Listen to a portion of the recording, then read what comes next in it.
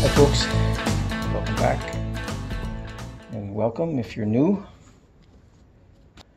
Once again, got another 8-kilometer plus walk under my belt.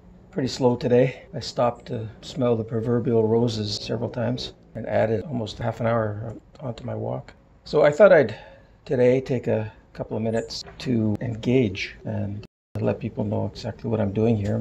It might interest people who think about walking for exercise, but for whatever reason we don't get around to it. I think a lot of it has to do with the unknown, and maybe I can simplify a lot of that and frankly show how easy it is to go for a walk. The motivation and tearing oneself off of the seat of their pants is the biggest challenge, I think.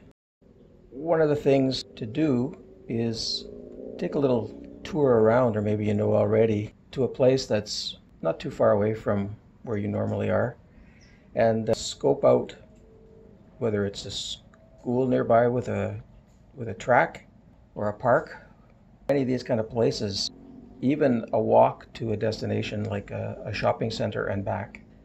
It's not the image of natural beauty, but it is a walk. I'm not too sure about the steps thing. If it motivates you, then use that. I know I used it when I was feeling sedentary and quite ignorant about how to get started. The way to get started is to get up and go, people will tell you. But frankly, I don't think it's that simple, and I think it's a little bit selfish to say that. Number one, I think, is scoping out a good place where you can walk comfortably and do laps, or you can walk comfortably on a trail without too many hills or anything like that, at least too many short, steep hills. The key to getting going and keeping going is to have that kind of an access and to minimize the pressure that we put on ourselves by imposing certain rules and deadlines and minimums and things like that, because I think when a person is ready to challenge themselves, they will know it. And for me, that has varied up and down, back and forth over the years. I made lots of mistakes. I used to run a lot. I used to run 5 miles a day back in the day. And in that run, I put an obnoxiously steep hill right in the middle of it. And when I ran up that hill, I didn't run. It was more like I was pushing myself up a vertical treadmill, and it had lots of resistance. I mean, I was lifting my feet and basically pushing my body up so that I could elevate another foot. That was brutal, but I was also prepared for it.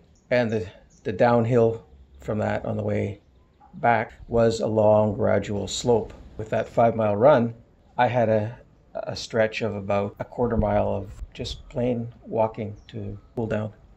That's not the way it is for me now. Many years have gone by, and I let myself go for a year. And for me, that's a long time. But the thing about that is that was only the end of about a 8-month period where I was doing walking, and I was walking 12 kilometers. It's 11 and a half to 12 kilometers.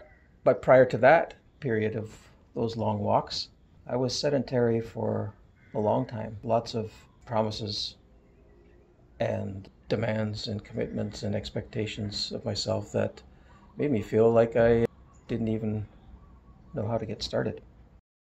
I would advise that if you are considering exercising after a long period, take up walking.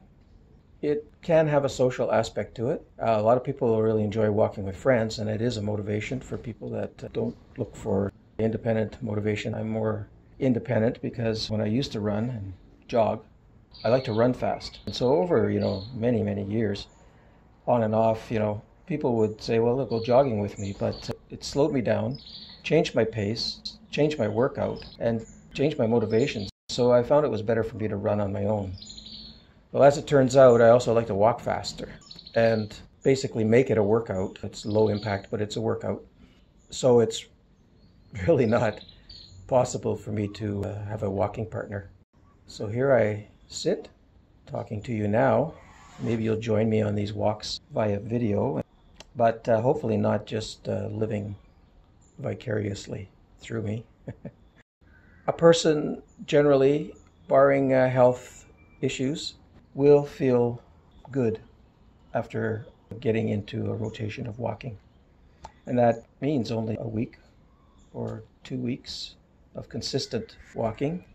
Consistent becomes a barrier when we're asking too much of ourselves or too much for the motivation that we currently have. We have to find a way to increase the motivation, to increase the consistency of our walks, thereby forming a routine. I would recommend, although I'm talking to you from an 8-kilometer walk, that's what's good for me for challenging myself, but I recommend just finding a spot where you can know the distance you're walking, i.e. a track at a school, or as I did, walking a walk and measuring it with an app.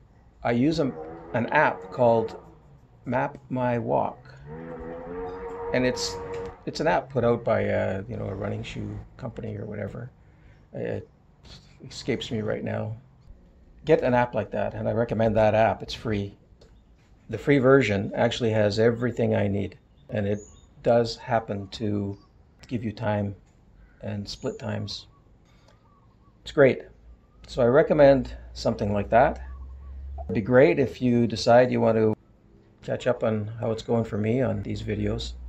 Try and throw in some interesting stuff. I hope that's interesting for you. I like to encourage people if they have the idea that they would like to get some more exercise. Okay, folks, that's a wrap. Thanks for coming. I really appreciate you being here, and I hope to see you again.